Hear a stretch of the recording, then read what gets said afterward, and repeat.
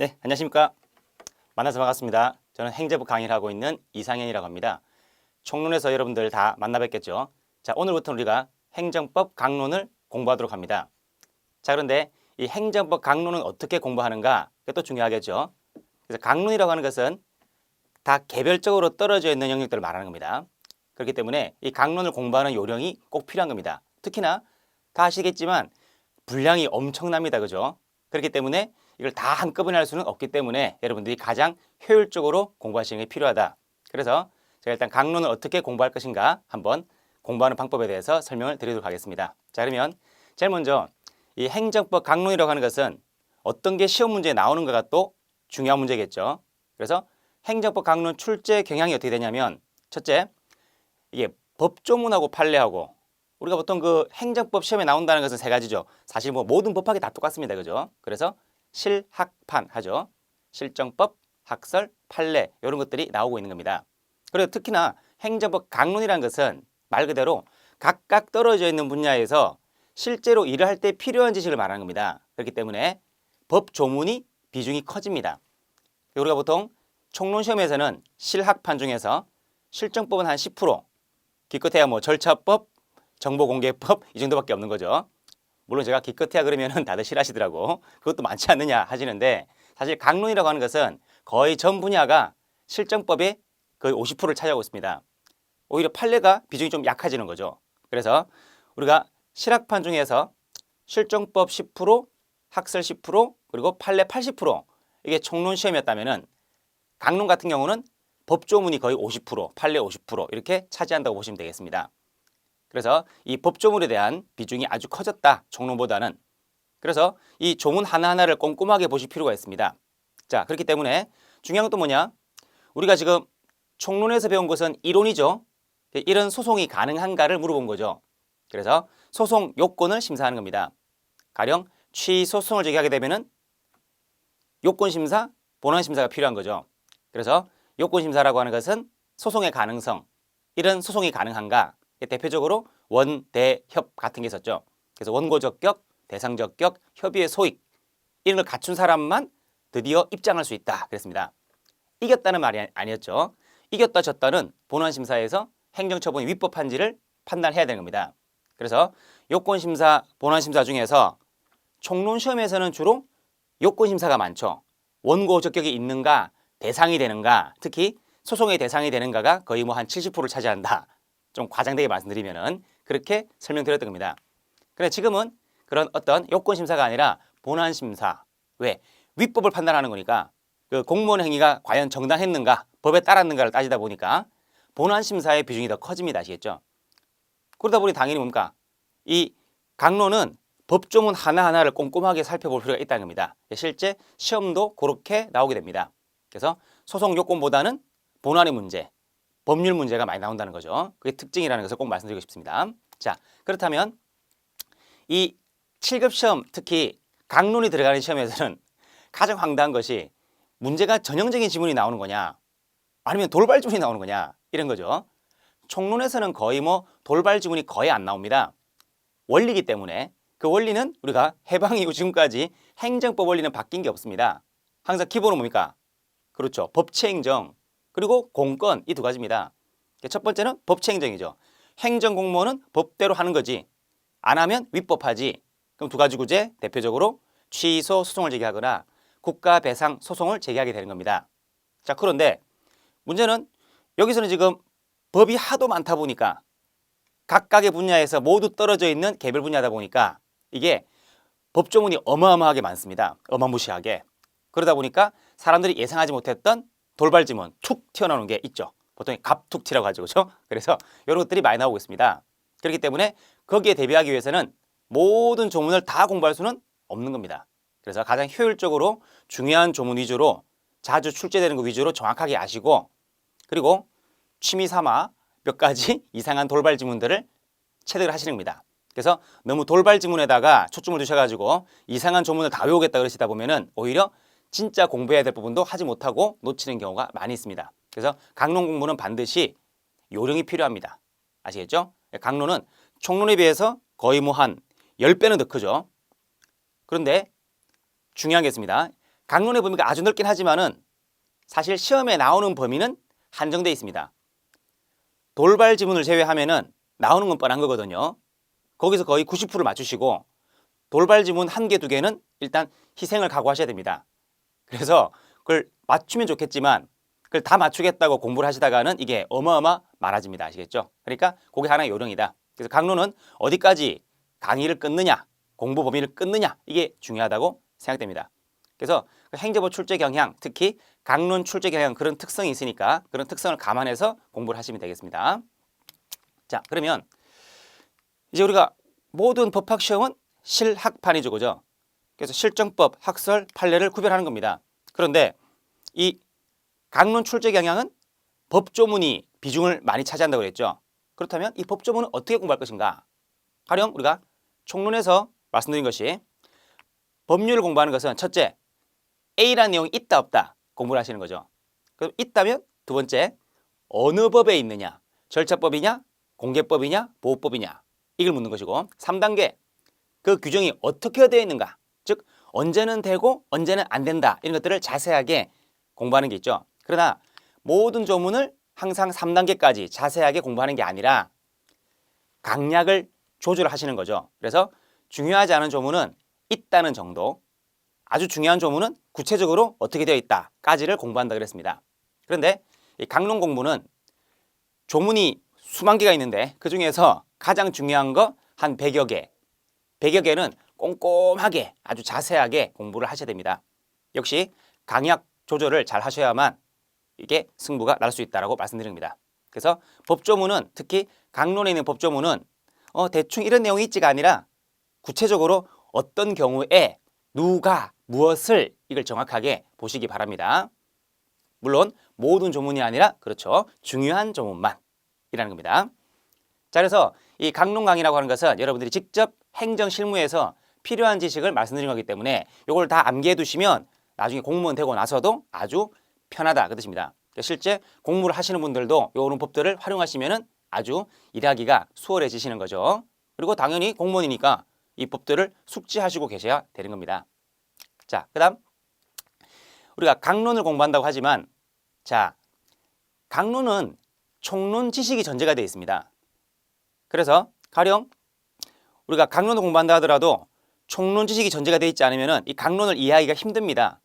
보통 이론을 공부하실 때 총론 이론 공부하시고 강론 이론 공부하시고 그 다음에 이제 총론 판례 공부하시고 강론 판례 공부하시고 총론 문제 푸시고 강론 문제 푸시고 이렇게 순서가 나가는 거죠. 아닙니다. 총론, 이론, 판례 그러니까 기본 이론, 심화 이론 있죠. 기본 이론, 심화 이론 다 섭렵하시고 될 수 있으면 문제까지 다 푸시고 총론 지식이 완벽해지실 때 그때 강론을 시작하는 겁니다. 그래야 강론 공부를 줄일 수가 있습니다. 그렇지 않으면 이 어마무시한 강론 내용을 다 커버할 수가 없다는 겁니다. 그걸 꼭 기억하시고 그래서 총론을 수십 번 반복하신 다음에 비로소 강론 시작하는 것이 훨씬 더 빠르다 이 말씀을 드리겠습니다. 아시겠죠? 그래서 우리가 강론에서 배우는 모든 식들은 다 총론에서 배운 내용들입니다. 그러니까 법체행정이라든지 공권이라든지 이런 원리가 깔려 있는 건데 그 두 가지를 알지 못하고 강론을 분석한들 이게 왜 나오는 건지 왜 이걸 공부해야 되는지를 알 수가 없다는 겁니다. 그런 것들을 꼭 기억하시기 바라고 그리고 소송의 유형에 대해서도 행소는 대표적으로 4가지가 있죠. 항당민기, 항고소송, 당사자소송, 민중소송, 기관소송 그런 차이점들을 아셔야 여기서는 그래서 문제가 되는구나 알 수가 있다는 겁니다. 그래서 강론을 공부할 때는 총론을 70% 다 공부한 다음에 그 다음에 강론을 30% 7대 3으로 비중을 두시는 것이 타당합니다. 아시겠죠? 그래서 강론을 제대로 이해하기 위해서는 총론 지식이 완벽하셔야 됩니다. 그 다음 우리가 법조문도 나오지만 판례도 나온다고 그랬죠. 50대 50으로. 근데 판례도 마찬가지로 결론만 암기하느냐? 그건 아니었죠. 이건 총론에서 공부하는 방식과 같습니다. 판례 공부는 3단계였죠. 뭐였습니까? 어떤 사건, 어떤 경우, 왜 이거였죠. 그래서 A 사건, B 경우에 C 때문에 가능하다, 안 가능하다 이걸 보시는 거죠. 판례는 결론만 암기하시는 게 아니라 어떤 사건인지를 구체적으로 나누셔야 된다는 겁니다. 그래서 어떤 사건에서 특히 어떤 경우에 이런 경우는 되고 저런 경우는 안 되는구나. 그 기준을 가르는 거죠. 그 기준이 바로 법이라는 거죠. 그렇기 때문에 가장 확실한 것은 조문화되어 있는 거. 이거는 돼, 저거는 안 돼. 그럼 법대로 하면 되고 그게 없으면 이제 분쟁이 생길 테니까 법원에서 판결한 예로서 참고하는 거죠. 물론 판례는 그렇죠. 법이 아니기 때문에. 그래서 판결을 보고서 이런 판결이 있었구나. 그럼 이런 경우는 된다고 하고 저런 경우는 안 된다고 하니까 나도 나중에 사고 안 터지려면은 이렇게 하면 되겠다 하는 참고 기준이 되는 거죠. 그런 의미에서 판례도 어느 정도는 구속력이 있다고 볼 수 있겠죠. 그죠? 자, 그래서 이 판례 공부하실 때는 어떤 사건에서 어떤 경우에 왜 그랬는가. 그래서 A 사건, B 경우, C 때문에 이런 것들을 말씀드렸습니다. 그런 원리는 총론과 강론은 모두 동일합니다. 그렇게 하시기 바랍니다. 그다음 우리가 행정법 전체를 본다면 뭐가 있습니까? 크게 두 가지가 있죠. 총론과 강론이 있는데 총론이 뭐죠? 공통이론이죠. 공통이론. 총론은 모든 영역에 다 공통되는 이론입니다.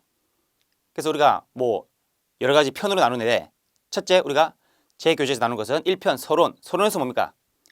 기본 개념인 거죠. 진짜 모든 법에 공통되는. 그래서 행정이란 무엇인가? 세 글자. 법 집행이다. 말씀드렸죠? 법을 집행하는 겁니다. 그럼 법이란 무엇인가? 두 글자. 기준. 이랬죠? 강론도 마찬가지로 모든 단어를 압축된 단어로 정리하셔야 됩니다. 그래서 행정이란 법 집행, 법이란 기준. 그다음 합치면 행정법이 되죠. 그럼 행정법이란 그렇죠. 법을 집행할 때 따라야 하는 기준입니다. 그래서 그 법을 집행하는 사람이 누구다? 바로 공무원인 거죠. 그래서 행정공무원이든 입법공무원이든 누구든지 간에 공무원이라면은 이 법을 집행하는 법을 따라야 합니다. 행정법을. 자, 그래서 그런 행정은 법을 따라야 한다는 원리가 네 글자. 그렇죠. 법치행정이라고 하는 거죠. 그럼 반대로 안 따르면 위법하죠. 그럼 두 가지 구제 취소하거나 배상받거나 이런 말씀을 드렸습니다. 그리고 국민이 국가를 상대로 소송을 제기하기 위해서는 국가에 대한 권리가 필요한 거죠. 그게 바로 뭐다? 국가에 대한 권리, 바로 공권이 됩니다. 그래서 공권이 있는 사람만 소송을 제기할 수 있다라고 말씀드린 거죠. 이래서 우리가 서론에서는 기본 개념들을 쭉 배우고 가장 기본 원리를 배우는 겁니다. 그래서 행정법은 크게 두 가지입니다. 이 법치행정과 공권의 이론, 이 두 가지를 접목해서 총론부터 강론까지 설명이 다 가능한 겁니다. 그래서 이런 부분들이 완벽하지 않으면 강론 공부는 쉽지가 않다라고 말씀드린 겁니다. 그 다음 2편은 행정작용인데 행정작용이란 모든 행정활동이죠. 그 중에서 특히 법을 집행하는 것을 뭐라고 한다? 행정행위라고 합니다. 그리고 행정행위를 하기 위해서 세부적 기준을 국회가 아니라 행정청이 만드는 경우도 있죠. 그것을 행정입법이라 합니다. 그래서 행정입법이란 여러 사람, 여러 사건에 반복되는 기준을 만드는 것이고 그것을 개별 구체적 사건에다가 직접 적용하는 것은 행정이라 하는 거죠. 그래서 행정입법을 하고 행정행위를 하고 이런 작용이 가장 전형적인 두 가지가 되겠죠. 그래서 행정작용에도 기본은 뭐냐? 일추와 개구라고 말씀드렸습니다. 일반 추상적, 개별 구체적 이런 개념을 모르신다면 강론은 이미 물 건너간 겁니다. 그렇기 때문에 행정행위와 행정입법 통틀어서 행정작용 이런 것들을 꼭 기억하셔야 된다고요. 그래서 행정작용이 가장 큰 개념이다 말씀드렸습니다. 자, 그다음에 기타 등등의 작용이 있죠. 일추와 개구를 제외한 그 중간 영역들 행정계획, 공법상 계약, 확약, 사실행위 이런 것들입니다. 아시겠죠? 그런 모든 행정활동이 있는데 그런 행정활동을 하는 과정에서 사전 통지라든지 청문이라든지 그런 것들이 필요합니다. 그게 바로 행정 절차가 되겠죠. 그래서 총론에서는 행정 절차에 관한 법을 배웠던 겁니다. 그리고 이 절차를 통해서 뭔가 하기 위해서는 정보가 필요한데 그 정보를 알려달라 하는 것도 가능하고 알려주는 과정에서 개인의 사생활이 침해되니까 그걸 또 보호할 필요가 있겠죠. 그래서 중요했던 것들이 행정정보법 중에서 정보공개법과 정보보호법이 있는 겁니다. 그런 것들이 실정법 내용으로서 존재했던 거죠. 이런 것들은 행정작용은 아니지만 행정작용 수행하기 위한 관련 법령을 이야기했던 겁니다. 그 다음 3편에서는 우리가 실효성 확보죠. 행정작용 중에서 행정행위 중에서 행정행위는 10개가 있죠. 하명, 허가, 면제, 특허, 인가, 대리, 확인, 공정, 통지, 수리, 하하면 득인데 확공 통과가 있습니다. 그 중에서 하명만 국민한테 의무를 부여하죠. 그 의무를 국민이 이행하지 않으면 의무를 이행하게끔 해야 돼. 그게 바로 의무 이행 확보수단, 다른 말로 실효성 확보수단이라 하는 거죠. 그래서 그 의무 이행을 행정청이 직접 하는 것은 강제한다라고 표현하고, 의무자로 하여금 의무자를 귀찮게 해가지고 하게끔 만드는 것은 제재를 가한다라고 하는 거죠. 그래서 실효성 확보는 크게 두 개지, 강제하는 방법과 제재를 가하는 방법이 있는 거죠. 이런 것들 나중에 강론에서는 뭐 경찰 강제, 경찰 제재, 뭐 재정 강제, 재정상 제재 이렇게 나오게 되는 겁니다. 원리는 다 똑같다는 겁니다. 그래서 그 모든 원리는 총론에서 배우는 거지 강론에서 배우는 게 아닙니다. 총론의 원리를 이해하지 못하시면 강론은 말씀드린 대로 힘들어진다 한 겁니다. 자, 그다음 이제 국민들이 이런 행정 작용에 대해서 나는 맞짱 뜨고 싶다 하는 거지. 그럴 때 하는 것이 바로 행정 구제가 되겠죠. 그래서 그런 행정 작용으로 금전적 피해가 생기면은 손해전보, 즉 두 가지, 그렇죠. 배상과 보상이 있죠. 위법 hành 위면은 손해배상, 적법한 침해면 손실보상, 그리고 행정쟁송이란 일정한 절차를 통해서 다투는 겁니다. 그럼 어디서 다툴까 하는 것이 행정처 안에서 다투는 것이 행정심판, 법원 가서 다투는 것이 행정소송이죠. 그래서 행정심판과 행정소송이 있는 거죠. 그런 것들을 우리가 다 총론에서 배우시는 겁니다. 이거를 이제 통틀을 해서 이제 각각 뭔가 요 1, 2, 3, 4라고 하는 그런 원리에 따라 가지고 이제 각 분야별로 경찰법, 환경법, 토지법, 기타 등등 문제가 되는 것이 바로 행정법 강론인 겁니다. 강론이란 네 글자 했죠? 총론은 공통이론, 강론은 개별 이론이 되는 거죠. 자, 그런데 이 행정법 강론은 개별 분야인데 크게 둘로 나뉘는데 행정조직법하고 특별행정자금법이 나눠지는 겁니다. 그래서 그 조직법이라고 하는 것은 대한민국이다, 서울시다 이런 조직을 만들면 그 조직을 움직이는 세포 단위가 필요한 거죠. 그런 조직을 움직이는 각각의 부품들을 갖다가 우리가 행정기관이라고 하는 겁니다.